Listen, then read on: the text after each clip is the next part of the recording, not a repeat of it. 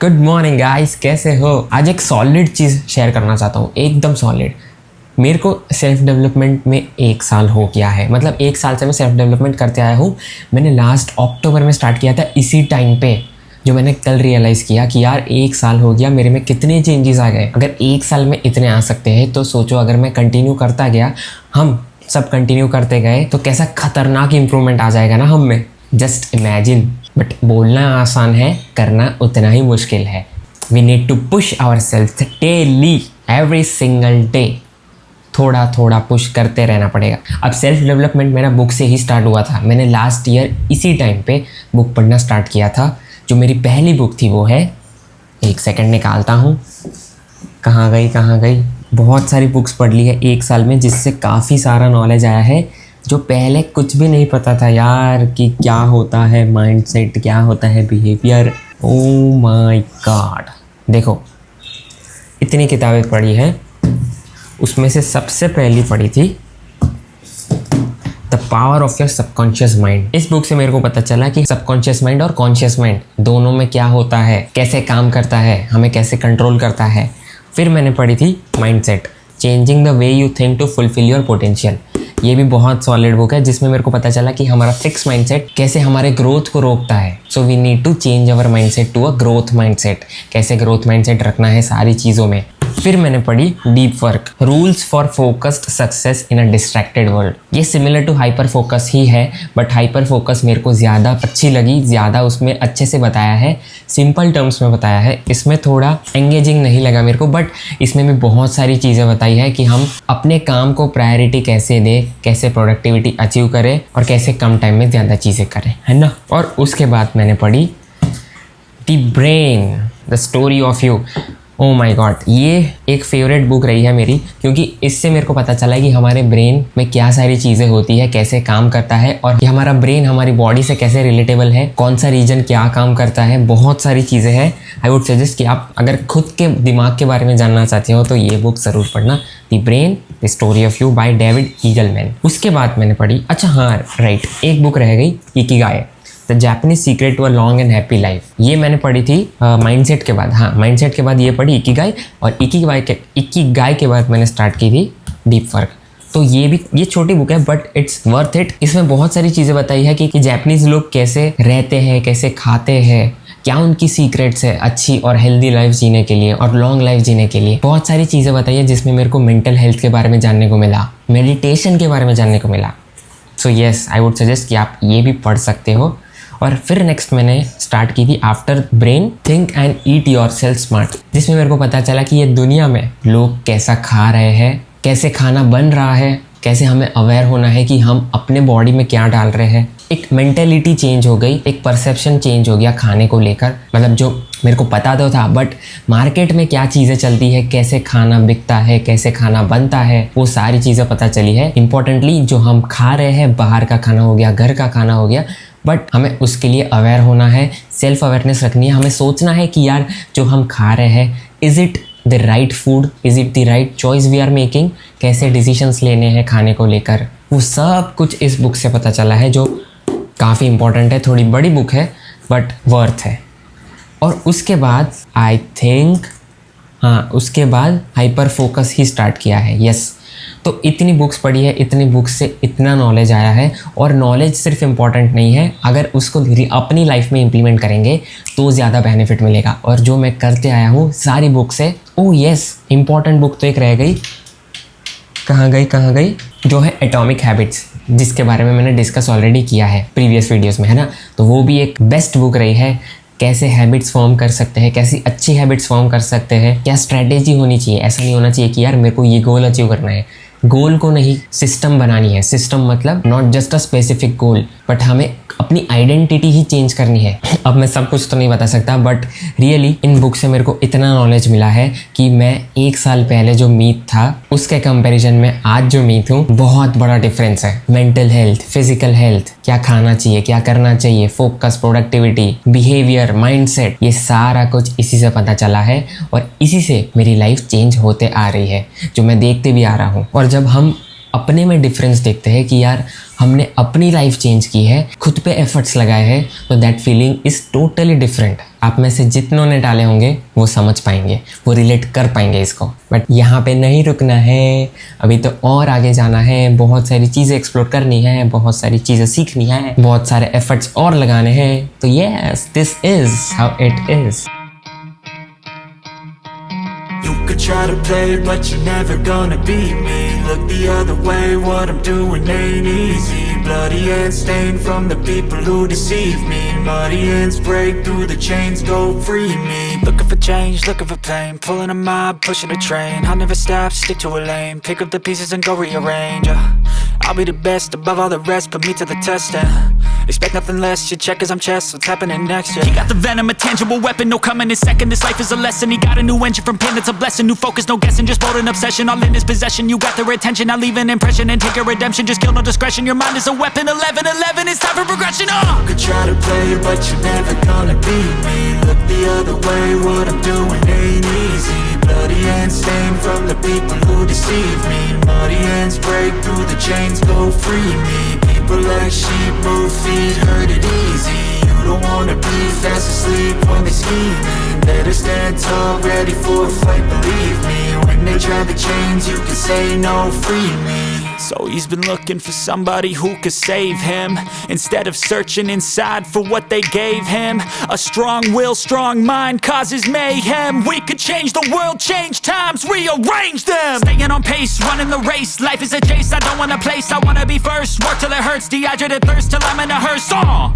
High ambitions and the right mind can take you so far. It's like you lived a few lifetimes. Take off from a break off from the weak minds, they can stay soft. You can change lives, you create thoughts, never waste time. You got one shot, you got one life, better pop off. What do you like? Make a dream job. No 9-5, no mean boss, just my life and free thoughts. You could try to play, but you're never gonna beat me. Look the other way, what I'm doing. Hello. तो हम पढ़ रहे हैं hyper focus chapter 8 connecting dots. उसमें आज हम last section के बारे में समझने वाले हैं, जिसमें हमारी प्रॉब्लम्स के हम सॉल्यूशंस कैसे निकाल सकते हैं। जो हमने लास्ट वीडियो में देखा था कि हमारा माइंड बहुत सारे डॉट्स को कनेक्ट करता है जब हम सोते हैं, या तो फिर स्कैटर फोकस मोड में होते हैं या तो हाइपर फोकस मोड में होते हैं, क्योंकि तब अचानक से हमें सोल्यूशन मिलता है अपनी प्रॉब्लम का। तो उसी के रिलेटेड आज हम समझने वाले हैं कि कैसे हम इंटेंशनली अपने प्रॉब्लम का सोल्यूशन निकाल सकते हैं, कौन से वेज से निकाल सकते हैं, क्या हमें ज़्यादा करना चाहिए जिससे हमारे जो भी प्रॉब्लम्स है अपनी लाइफ में, चाहे वो काम के रिलेटेड हो गया या तो हमारे घर के रिलेटेड हो गया। प्रॉब्लम्स मतलब ऐसे कोई प्रॉब्लम्स नहीं, छोटे प्रॉब्लम्स भी आ गए कि हमें ये चीज़ करनी है पर कैसे करनी है वो समझ नहीं आ रहा, क्या चैलेंज आ रहा है वो समझ नहीं आ रहा, तो उसके रिलेटेड हम आज समझने वाले हैं। ठीक है, तो उसमें पहला वे है कि हमें अपने इन्वायरमेंट को रिचर बनाना पड़ेगा। रिचर मतलब पैसे वाला रिच नहीं, हमें ऐसे एनवायरनमेंट में जाना पड़ेगा जहाँ पे हमें उसका सोल्यूशन मिल सकता है। फॉर एग्जांपल हमारा प्रॉब्लम है कि यार हमें एक्सरसाइज स्टार्ट करनी है बट वो मोटिवेशन नहीं मिल रहा, तो हमें जिम जाना पड़ेगा या तो फिर कोई ऐसे एनवायरनमेंट में जाना पड़ेगा जहाँ पे वो चीज़ ऑलरेडी लोग कर रहे हैं, जिससे हमें एक क्यू मिलेगा, एक ट्रिगर मिलेगा कि यार मेरे को भी अब करना है ना, वो मोटिवेशन मिलेगा। क्योंकि जब हमारे आसपास वैसे लोग होते हैं, वैसे एनवायरनमेंट होता है, तो हमें वो चीज़ करने में ज़्यादा मज़ा आता है, वो चीज़ करने में थोड़ा पुश मिलता है कि चलो ये चीज़ हमें करनी है। तो ऐसे हमें इंटेंशनली पता करना होगा कि हमारे जो चैलेंजेस है उसके लिए कौन सा एनवायरनमेंट सही है, कौन से एनवायरनमेंट पे हम जा सकते हैं। फॉर एग्जांपल हमारे मम्मी पापा को अगर वॉक पे भेजना है, अगर वो वॉक नहीं कर रहे तो उनको गार्डन में भेजो, या फिर कोई ऐसे रिलेटिव्स या कोई ऐसे फ्रेंड्स को बुलाओ जो ऑलरेडी वॉक करते हैं, जो हेल्दी हैबिट्स फॉलो करते हैं, ताकि वो भी हेल्दी हैबिट्स फॉलो करें, उसका इंपॉर्टेंस समझे, है ना। क्योंकि जब हम एक ऐसे एनवायरनमेंट में होंगे जहाँ पे ऐसा कोई ट्रिगर नहीं मिल रहा, हमें फील ही नहीं आ रहा कि यार ये हम चीज़ करें, कोई अच्छी हैबिट फॉलो करें, है ना, तो वो चीज़ होगी ही नहीं, वो टास्क कंप्लीट होगा ही नहीं। This is not only about healthy habits, but हमारा कोई भी काम हो गया, हमारा कोई भी चैलेंज हो गया।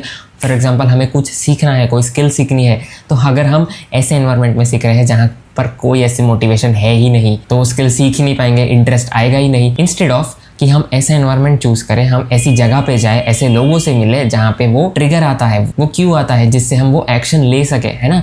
तो वैसे एनवायरनमेंट में ऑथर ने बोला है कि वैसे एनवायरनमेंट में हमें फ्रीक्वेंटली जाना पड़ेगा, जिसका इंपॉर्टेंस मैं भी समझा हूँ। हमें उसी एनवायरनमेंट से सराउंड होने पड़ेगा, तो वो चीज़ ईजी लगेगी, अच्छी लगेगी, है ना। ये चीज़ मैं एटॉमिक हैबिट से भी समझते आया हूँ और फॉलो करते आया हूँ बहुत सारी चीज़ों में। This becomes more important when you start a new skill, when you learn a new skill, क्योंकि उसमें ज़्यादा पुश चाहिए रहता है, उसमें ज़्यादा मोटिवेशन चाहिए रहता है ना।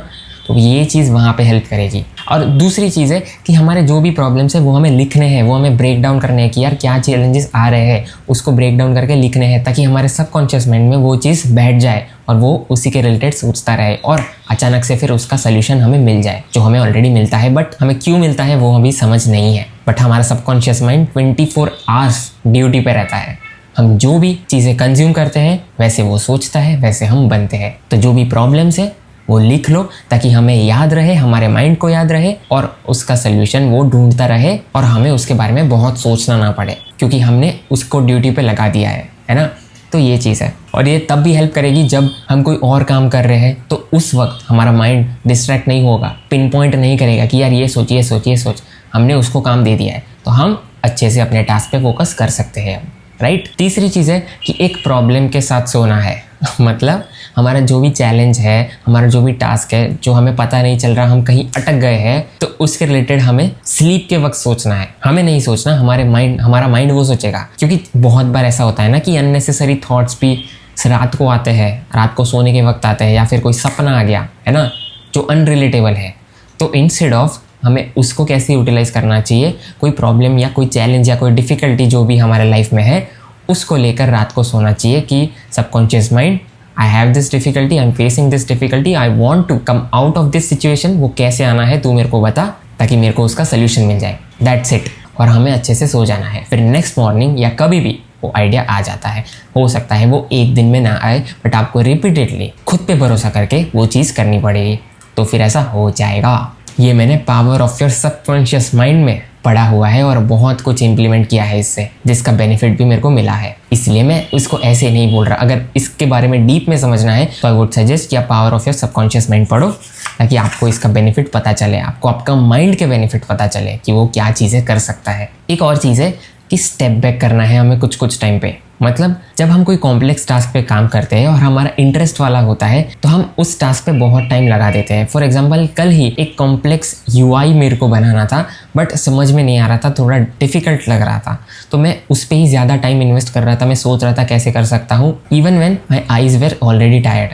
आँखें थक चुकी थी क्योंकि रात का टाइम था, नींद भी आ रही थी, बट मेरे को वो कंप्लीट करना था। क्योंकि हमें होता है ना कि यार ये मेरे को कंप्लीट करके ही सोना है। बट कभी कभी ऐसे मोमेंट्स पे हमें स्टेप बैक भी करना पड़ता है, ताकि हम खुद को टाइम दे सके, अच्छे से सोच सके और थोड़े टाइम बाद उसका अच्छा सॉल्यूशन निकल के आए, है ना। तो ऐसा ज़रूरी नहीं है कि यार जो चीज़ हमें पसंद है, हमारी इंटरेस्ट की है, तो हमें अगर सॉल्यूशन नहीं मिल रहा तो खुद को थोड़ा ब्रेक देना चाहिए, थोड़ा स्टेप बैक करना चाहिए, ताकि थोड़े टाइम बाद माइंड फ्रेश हो जाए और हमें अच्छा सॉल्यूशन मिले उसका। आई नो आप में से काफ़ी लोग इसको रिलेट कर पा रहे होंगे। ऐसा होता है, राइट, बट क्यों होता है वो नहीं पता होगा, तो अब पता चल गया होगा, है ना।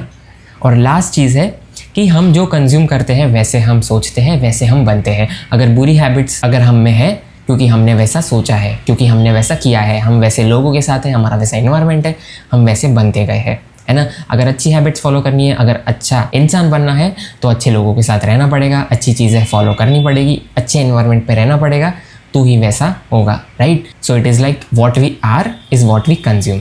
अगर हमारा जो चैलेंज है उसके रिलेटेड चीज़ें कंज्यूम करेंगे तो हमें ऑफकोर्स सॉल्यूशन उसका मिलेगा, राइट। इंस्टेड ऑफ उसके अगेंस्ट में जा रहे हैं, कुछ अलग ही कर रहे हैं, कुछ अलग ही सोच रहे हैं, तो फिर सॉल्यूशन मिलेगा ही नहीं। फिर वही कैसे होगा, क्या होगा, क्यों होगा, सेम प्रॉब्लम, राइट। तो हमें ऐसी चीज़ें कंज्यूम करते रहनी है हमारे एनवायरनमेंट से। हम जो देखते हैं, हम जो स्क्रॉल करते हैं, हम जो सुनते हैं, हमें जो सीखना है, हमें जो इम्प्लीमेंट करना है, हमें जो लाइफ में अचीव करना है, उसके रिलेटेड चीज़ें कंज्यूम करेंगे तो ऑफकोर्स हमें उसका बेनिफिट मिलेगा, हम उसको अचीव करते जाएंगे, हमें आइडियाज़ मिलेंगे, हमें लोग मिलेंगे जो हमारे इंटरेस्ट से मैच करते हैं, जिसका हमारे जैसे इंटरेस्ट है, हमें ऐसी जगह मिलेगी, है ना। तो वैसे ही हमें करते जाना है। यस, तो इसी के साथ हमारा ये चैप्टर भी यहाँ पे ख़त्म होता है, कनेक्टिंग डॉट्स। अब 2 चैप्टर बचे हैं, 9th और 10th। उसके बाद we are done with the hyper focus. We now know how to work less and achieve more.